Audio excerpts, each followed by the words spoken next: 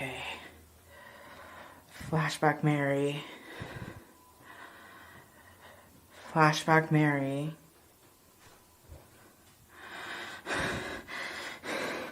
Flashback Mary. Hi, sisters! Hi, do you know that we can make histogram with just in 3 steps? Yes, you heard me, 3 steps. Hey, where's your manner? At least greet them first. Oh, yeah, sorry mate, let's start over. Hello everyone, thank you for coming to watch this video. It's an honor to meet you here. Today, I'd like to talk about what I said before, that is histogram.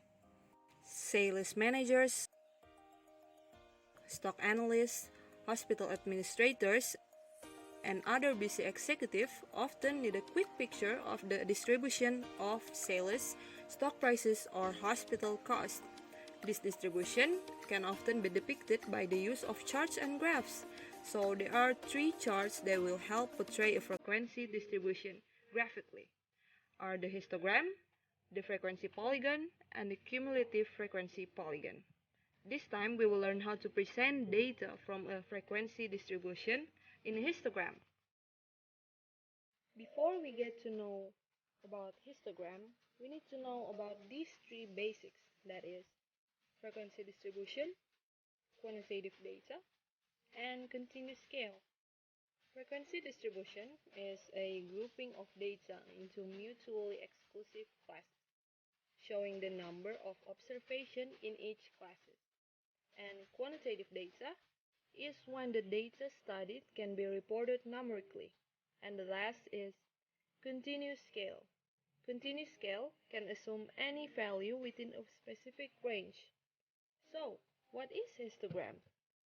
A histogram for a frequency distribution based on quantitative data is similar to the bar chart showing the distribution of qualitative data. The classes are marked on the horizontal axis and the class frequencies on the vertical axis. The class frequencies are represented by the heights of the bars. However, there is one important difference based on the nature of data. Quantitative data are usually measured using scales that are continuous, not discrete. Therefore, the horizontal axis represents all possible values, and the bars are drawn adjacent to each other to show the continuous nature of the data. The conclusion of histogram is a graph in which the classes are marked on the horizontal axis and the class frequencies on the vertical axis. The class frequencies are represented by the heights of the bars, and the bars are drawn adjacent to each other. So, how do we make a histogram? Simplified into 3 steps. First, we gather the data. Let's say I want to find out the age of e-cigarettes users among teenagers like high school students and the equivalent in the city of Central Jakarta. The sample of schools was taken by purposive sampling using criteria of representativeness to public and private school for general and also vocational school, with total of 240 respondents from 4 selected schools. Primary data was collected through online questionnaire using Google Form and was conducted in 5 until 9 October 2020. Being known from the data collected, there are 20 students who use electronic cigarettes out of 240 students. And from that 20 students, it was found that one student used an e-cigarettes for the first time at the age of 8 years old, and one student used an e-cigarettes for the first time at the age of 11 years old, and one student used an e-cigarettes for the first time at the age of 13 years old, and 6 students used an e-cigarettes for the first time at the age of 14 years old, and 4 students used an e-cigarettes for the first time at the age of 15 years old, and 5 students used an e-cigarette for the first time at the age of 16 years old, and one student used an e-cigarette for the first time at the age of 17 years old, and one student used an e-cigarettes for the first time at the age of 18 years old. The second step is make and place data in bins. So let's make bins or categories with 3-year ranges. On the age bin, there are 8 until 10 years old, and then 11 until 13 years old, then 14 until 16 years old, and the last is 17 until 19 years old.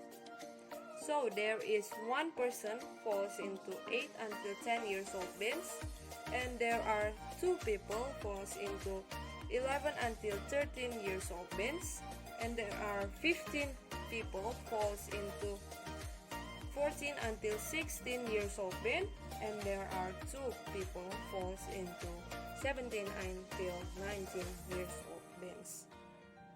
So, this is one way of thinking about how the ages are distributed.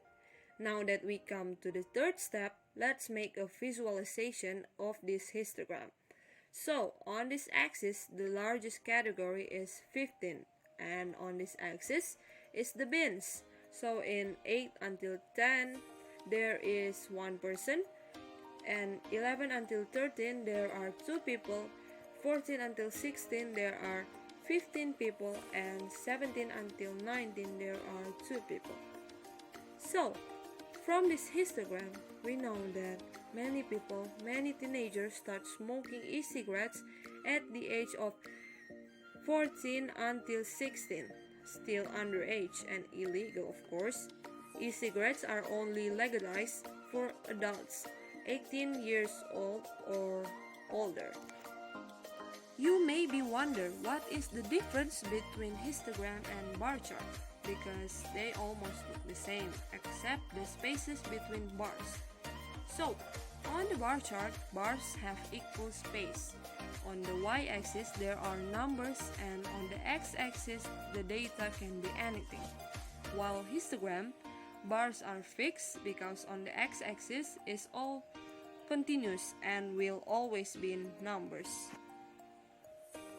Next, I would like to explain about frequency polygon that also present data from a frequency distribution, almost like histogram. It can be obtained by connecting the midpoints of the tops of the rectangles in the histogram, or shown as a line graph. A frequency polygon also shows the shape of a distribution and is similar to a histogram.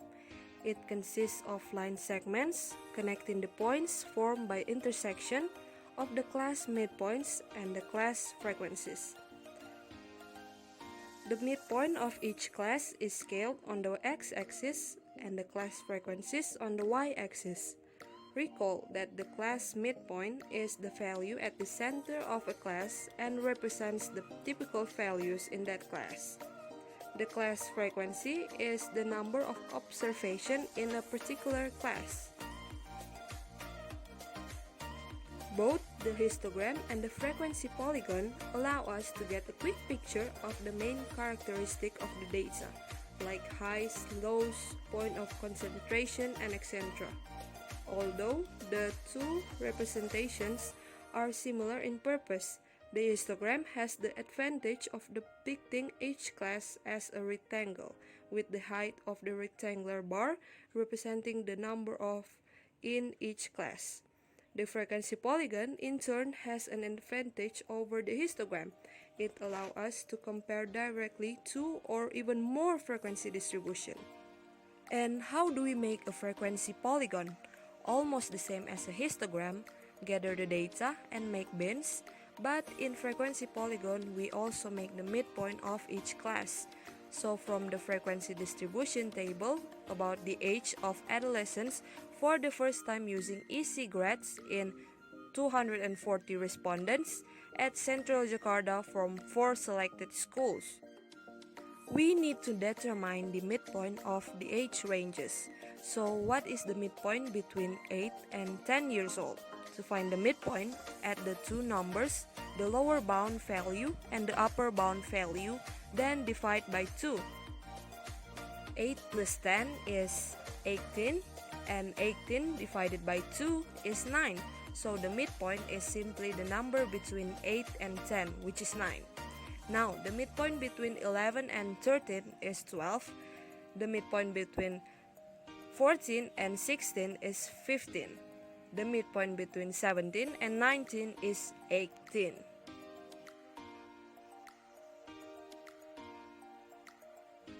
Now that we have the midpoint values for our class, for our age ranges, now we can construct the frequency polygon. On the y-axis, we're going to plot the frequency values. On the x-axis, we're going to plot the age values. The highest frequency values is 15. So at a midpoint of 9, the frequency is 1. At 12 is 2. At 15 is 15. And at 18 is 2. On the x-axis, we need a value below the lowest midpoint value.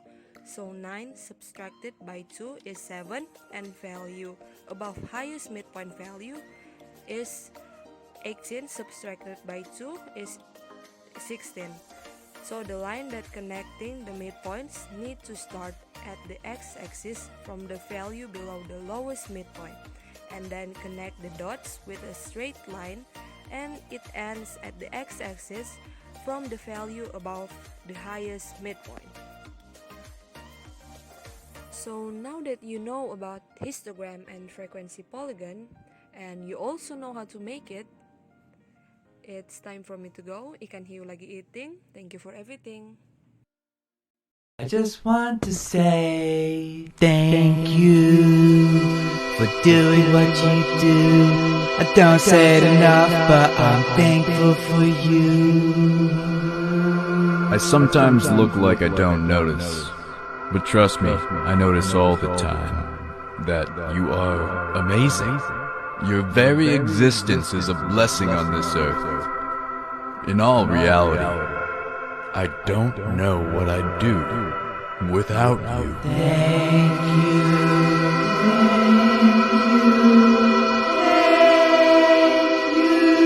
Thank you very much.